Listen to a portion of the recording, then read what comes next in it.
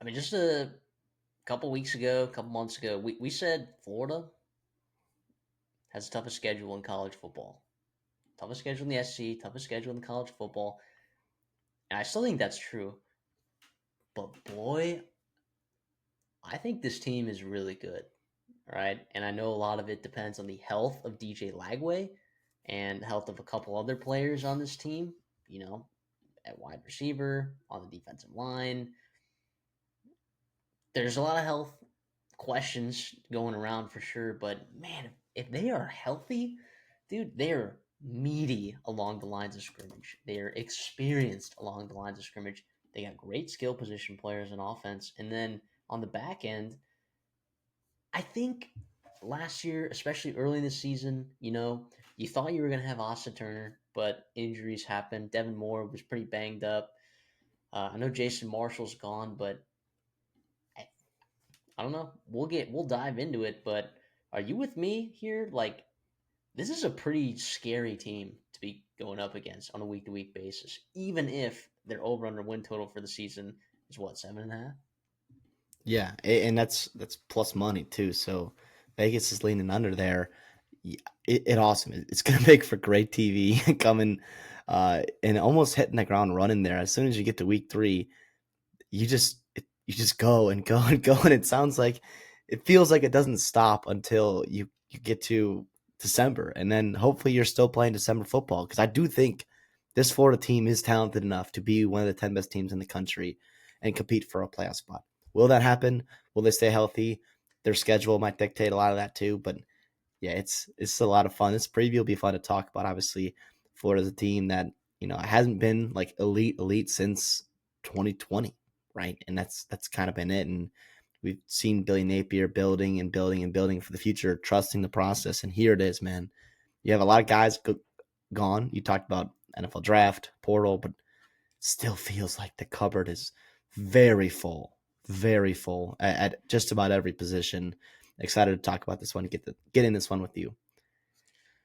We won't spend a lot of time talking about the quarterback position because obviously Graham Mertz last year got hurt. He ended up getting drafted, which is pretty wild. Wasn't too hot in his preseason debut, but DJ Lagway comes in as a true freshman, highly talented kid from Willis, over there in Texas.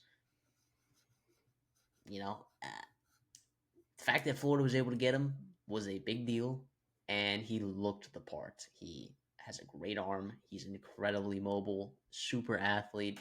He's huge, tough to bring down. I mean, this guy is everything that you can ask for. As a physical specimen to play the quarterback position, battling little injuries right now. So that is something that you have to monitor because even though they brought in Harrison Bailey, transfer, was it UNLV in Louisville, was a guy that uh, part of that Jeff Brom system for a little bit there. I think he would be pretty serviceable if he had to come in there as a backup.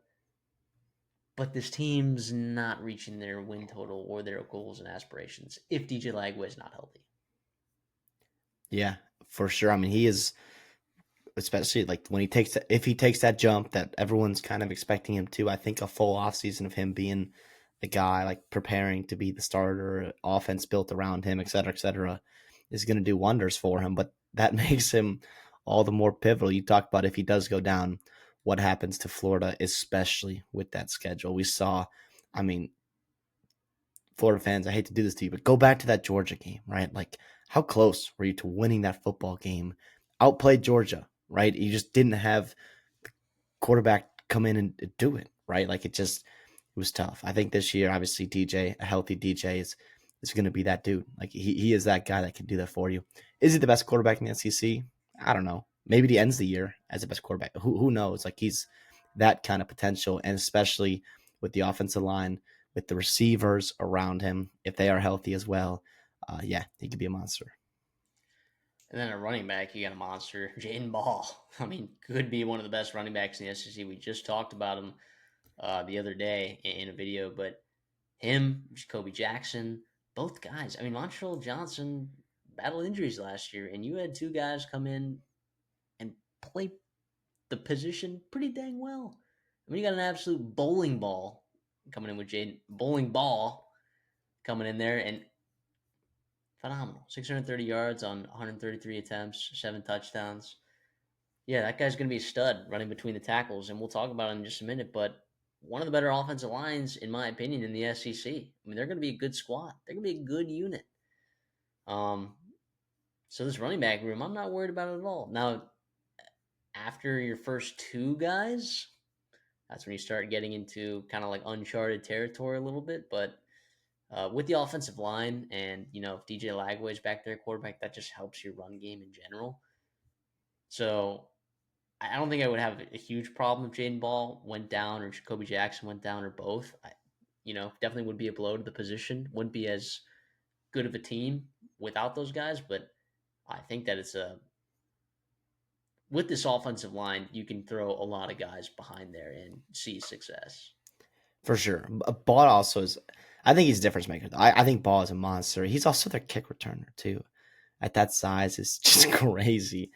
They just the pure gifts that he has to play that position. But yeah, I'm excited to watch that group being there back next to Lagway behind the O line, getting after teams, like really getting after teams. I think this is also a group too. Like we'll talk about the O line too, but like keeping it Lagway healthy will help by running the football and running it well. Like that's the best way to have DJ not get hurt is to allow him to be able to just like catch the ball and turn around and hand it to an all SEC running back and have that go and be a success for you. So yeah, a lot of fun. And this wide receiver group, I mean, Trey Wilson is healthy and Dallas Wilson's healthy, the true Russian 5-star. I mean, I'm looking at this group, CD, and like walk me through. I mean, this looks like a pretty good group to me. Yeah, I mean, we know about Eugene Wilson and what he does when he is healthy, right? And obviously, Lagway is going to play a big role in facilitating the ball to a bunch of their playmakers. Wilson's a monster. J. Michael Sturdivant, too, before I talk about the freshman, is a fun transfer. He's kind of bounced around the Pac-12 a little bit, but he was a difference maker at times. Like for a couple, it was Cal and UCLA, right? Like it was awesome for them. And I think unlocking potential deep threat, unlocking deep overs, things like that he can do for you is awesome. And also, especially if you do have Dallas Wilson, who's a little banged up right now, and what could happen, like having a veteran guy that can be a very serviceable play a big time role important for you is important, especially while Wilson's getting healthy, and also while you have a guy like Vernell Brown the third, right, Florida legacy guy. He sounds like he is really popping off too. The fact that you walked away with your recruiting class with Wilson and Brown is freaking awesome. Hats off to Billy Napier and his staff for doing that. I think Lagway is going to be the beneficiary of that, no doubt, because he's just going to have monster after monster after monster to be able to throw the football to.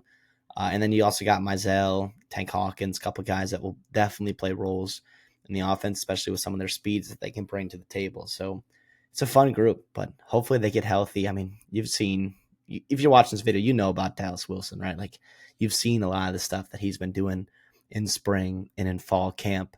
And then obviously it's just about getting healthy and staying healthy. And this group can be really special. Yeah, and on J. Michael Sturdivant, I mean, he would have been more highly sought after if he was in the transfer portal a year prior because he had what, like 800, 700, 800 yards that 2023 year. And then last year, I mean, we saw UCLA's offense a little bit discombobulated there until about a couple weeks left in the season. You kind of saw a little bit of life there. But yeah, that's a guy I think is, like you said, is definitely a sneaky guy to get, even after losing Elijah Badger and Shamir DK. I mean, this looks like a pretty good group to me. And at tight end, you're just getting your two guys back last year. Hanson and Livingston were solid for you last year, so I don't think they're going to have any problems there. In fact, they get another year under their belt. Here we go. Keep going. Now, the offensive line. Maybe I'm a little bit higher on this offensive line than most people. I think the general consensus is that this is a really good offensive line, but you've got potential NFL prospect over there at left tackle, and Austin Barber. Jake Slaughter is probably the best center in college football heading into the season. Damian George, we know, transfer from Alabama. a lot better playing guard. You know, Harris, Lovett, Carney. I mean, just Waits, Manuel. I mean, you go about seven deep on this off, eight deep on this offensive line that of guys that you just like. Uh, so you get four of your five starters back because Crenshaw Dixon was really solid there at tackle for you, but I don't know, did he get drafted? He might not have got drafted, but uh, definitely was solid for you. But I'm super mega high on this group. I mean, we talked about this a little bit off air, CD, but well, I guess it more so applies to the defensive line. But you played some heavyweights on your schedule last year, and on both sides of the line of scrimmage, you held your own. So if you're looking at a really good offensive line group last year, and most of those guys are coming back, I'm expecting them to take an even bigger step. Could this be the best offensive line in the SEC? I don't know. I think it has the potential to be, for sure. Will it be? Maybe not. But as long as they're one of the top groups in the SEC, they're going to give themselves a chance on the offense side of the football. I mean, and the experience, CD, the experience, man. Come on. Yeah, it's awesome. It is a drastic change from just 2 to 3 years ago and being one of the worst offensive lines in the SEC. Trotting out Damian George up there at right tackle still, and obviously he's much better at guard. And I love it, man. I look in that group and I just see a ton of guys who are either at the legal drinking age of 21 or have been there for a couple years. And I think that's a great spot to be if you're going to have talent, experience, and continuity at the offensive line is incredible, especially when keeping DJ Lagway is at the utmost, keeping him healthy is at the utmost of importance. So it's going to be a fun group. This offense, I think, can be really special. I think they can win in multiple different ways. I think we will see that kind of hit the ground running and against LSU and Miami and Texas A&M right away there. There's a lot of good teams, a lot of good defensive players, a lot of good defensive coaches that they'll be running up against. Will be really interesting to see how they respond and how they handle that and provide their own punches and unique challenges for those teams to handle. For sure. Defensively, I mean, on the defensive line, all right, we talked about it. Some heavyweights you played against, and you held your own, and you had some really good members of this defense. You look at Tyreek Sapp, you look at Caleb Banks, you look at George Gums coming from Northern Illinois, just exploding with like 5 sacks over there at Jack linebacker. They lost Kelby Collins to Alabama, right? TJ Searcy to Texas A&M, Jack Pyburn to LSU. They lost all those guys to other SEC schools, and almost all those guys are going to contribute in a solid capacity on their respective teams. Justice Boone to Arkansas. Yep, just spoon to Arkansas. Guess what? Florida doesn't give a shit. They don't. All right. This defensive line is still so good. It actually is nuts that they had all those guys in that front seven and they lost four of them, and they're still like, yeah. And not to mention Desmond Watson to the NFL. They're still going to be rolling out Tyreek Sapp, Caleb Banks, Cameron James, Jamari Lyons. Uh, they got that guy from UMass. I think it's Kofi Asari. Asare. Hopefully I pronounced that right. LJ McCray, if he's healthy. Caleb Banks also got to help. George Gums. I mean, loaded. Now you lose Shamar James and you lose Moten in that linebacker spot, but Grayson Howard's back. Miles Graham was freshman All SEC player. He'll look to be making a big leap there. Dude. Not to mention coaching staff upgrades as well on the defensive side of the football. Robert Bala, he's got hired to be the co-defense coordinator, linebackers coach. Vinny Sunseri, safety SEC Alabama legend Vinny Sunseri, who by the way is a name that's climbing, in coaching circles. He'll be a head coach one day. I'm calling it right here. He's going to be there. Another co-defensive coordinator and a safeties coach as well.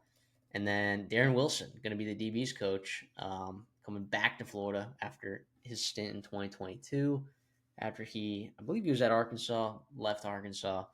Um, it- Dude, this front seven, man, I'm loving it. Come on. It's awesome. You also look around too in that D line. Again, ton of experience, a ton of age, like old guys with a lot of potential too. And like I like the mix too with a couple of like your high upside hits too, like and guys that can be also like big time difference makers for you. It's a really fun group. I love that you brought up Vinny Sincere. Yeah, that first of all, like it's a big job for him. Like this is a massive job for him to be defense coordinator for Florida, but coaching runs in that family too. Like Sal Sinceri was an elite coach, very familiar with the SEC for a while. Tino Sinceri is doing his thing over in Indiana. Is probably on his way to being a head coach at some point down the line. It's a fun group in that front seven. And you look at the schedule too. We talked about it. You brought it up with the offensive line playing a ton of talent last year.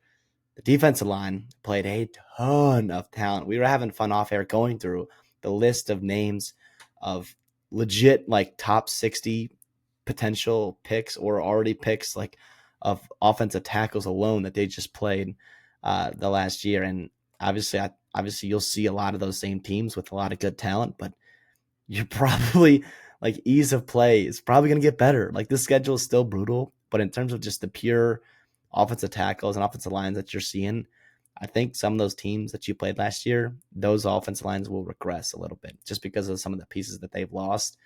And you're going to be able to just try to wreak havoc. And and obviously Napier knows this, you need offensive line and defensive lines to be dominant or to give yourself chances to win these high level games in the SEC, which at this point in Napier's tenure, at this point with this roster, we'll talk about, we get the schedule and over under and stuff like that. But like you're expected to compete in these games. Last year was fun. Like you overachieved. You thought you were going to fire Napier. You had like a 4.5 win total, which we were, by the way, way on the over. And shout out us for being absolutely spot on that, as I'm sure a lot of you Florida fans were as well. But like this is a year like you're supposed to be competing, and with the front seven you have, I think you can absolutely be doing that. So the secondary is a question. Early in the season last year, I talked about a little bit Devin Moore, Asa Turner not being available early in the season. I think was playing a big role for sure.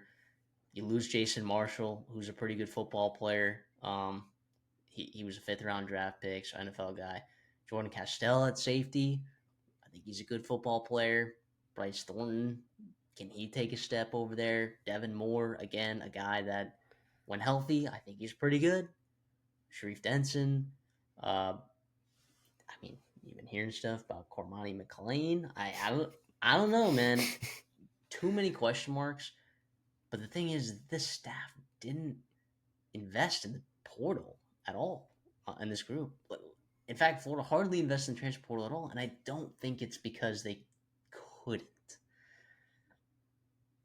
I know there's a particular quarterback people like to throw around. Oh, Florida's not good with money, whatever. Their NIL, blah blah blah.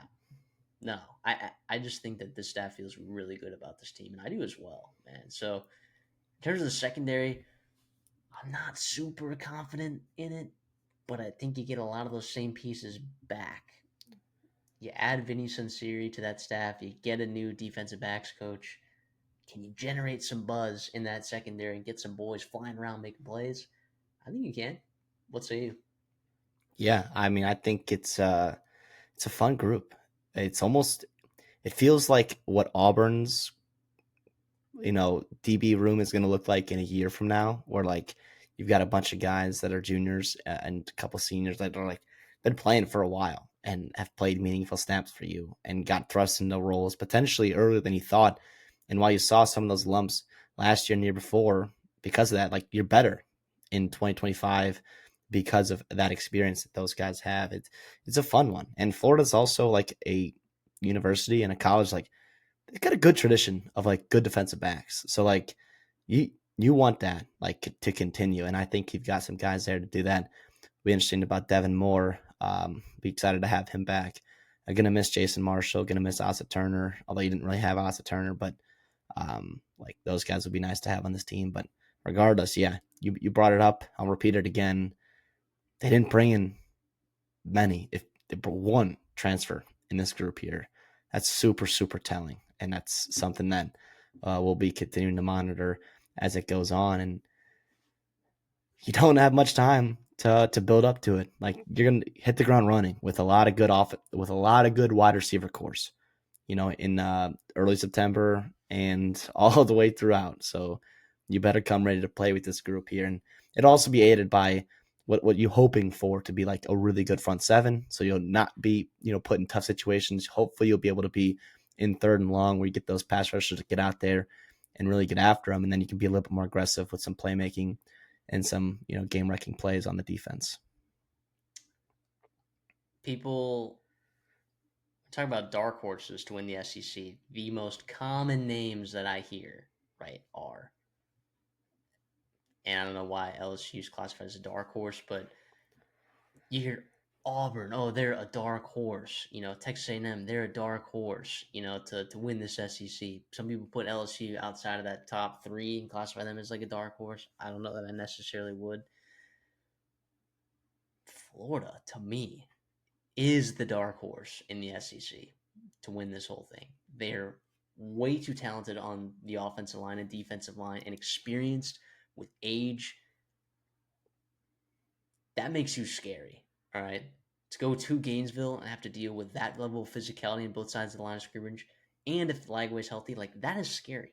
Okay, Florida being plus like 2,000, 2,200 to win the SEC is like, even though I think it opened at like plus 3,000, like if you got that, holy cow, I envy you because I think that's an absolutely great play that I'm sure a lot of sharps were early on that. But in terms of the schedule and over under win total, it's what, plus money for the over 7.5. It's like,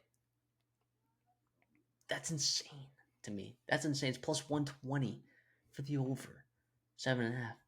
Yeah, let me scoop that up. All right. Let me also sprinkle a little on Florida to win the SEC here at plus, well, 2,200. And let's break down their schedule. I mean, so those first 2 weeks should be wins, Long Island, USF, perfect. Get those wins. LSU early is interesting because they got a lot of new pieces on the offensive line. What if by week 3, they will have clashed with Clemson, but what if by week 3 they're not fully clicking? Nussmeyer doesn't have a great half or something. You go to Miami, who we'll see, but I would imagine them regressing a little bit. I think they're very talented, and having to go to Miami, well, it's better having to go to Miami than going to LSU. But what if in a world Florida is 4-0 and then they get a bye and they get Texas at home? I think that week 6 game right there against Texas is if you win those other games, like that is a gigantic game. And Gainesville will be rocking. And I think Arch Manning could have a tough time dealing with the Florida Gators there. I think Florida wants their revenge against A&M. I think Mississippi State should be a win. Georgia, always an interesting game. Not always, but it'll be interesting rivalry. Kentucky, that should be a win. I'm not as high on Ole Miss, not as high on Tennessee, not as high on Florida State. I mean, like this, something's going on here, and I'm not going to advise you to put money on this right now with Lagway's injury kind of up in the air, but I don't see, like, disappointing. Winning only 7 games would be disappointing, and yet Vegas has them only winning 7 games with the schedule. I just don't see. I see 8, 9, maybe 10 wins with this team. I think they are so good. What say you? Yeah, I'm with you. I'm on the over as well. You give me plus money, I'll run up with that. Obviously, you talked about some of the injuries concerns. The schedule, a night game, Baton Rouge, week 3 is it's tough, right? But the reality of the schedule is you're gonna have like brutal environments you're gonna have to go into at A&M, at LSU, at Ole Miss. Like a lot of tough places to play. But man, oh man, one thing I will add too is if you're interested in that plus 7.5, why not just go in. Like if to get that over 7.5, that means Lagway probably has to stay healthy for like most of the year, right? Can I interest you in Florida just to make the playoffs at plus 330?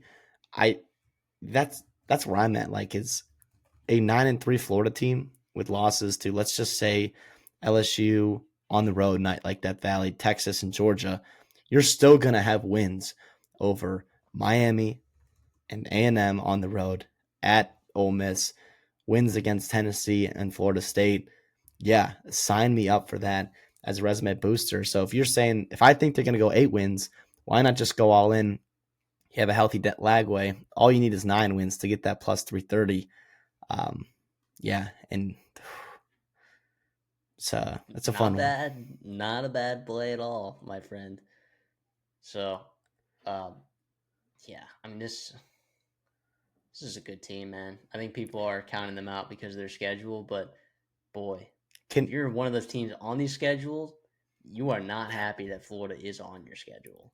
no, can I say this? Like, true or false? Florida Gators, schedule out of it. They are good enough to win the national title in 2025. Yes. I yes, I think that's true, Yes. man. For the first time in how long can we say that about the Florida Gators, man? That is that is incredible. Like, I think Billy Napier and his staff take a second to just enjoy that, Florida fans, man. Like, It's that been is since COVID that you could probably say that. what. And even in COVID, like, you lost games you shouldn't have lost. Like, it was Dan Mullen, and like it was wild. Well, Like, you lost to A&M at Kyle Field, and then with you also 60,000 fans lost there. in the SEC championship. You lost one more game before that too. Oh, really? You lost. Remember the LSU when the guy just chucked it. He chucked What the year was shoe. the what was the Kyle Trask year? That was 2020, right? Yeah, it was that year. So Okay. they were they were like 7-3. Like, Oh, they okay. lost 3 games that year, but or at least in the regular season. I don't know what Yeah, happened in and the then bowl game. I think they got blown out in the bowl game because everyone sat or something. Yeah, something like that. Not Yeah, sure, but this it's been a this long Florida time. team, yeah, this Florida team 2025 Gators are here to make some noise. Yeah,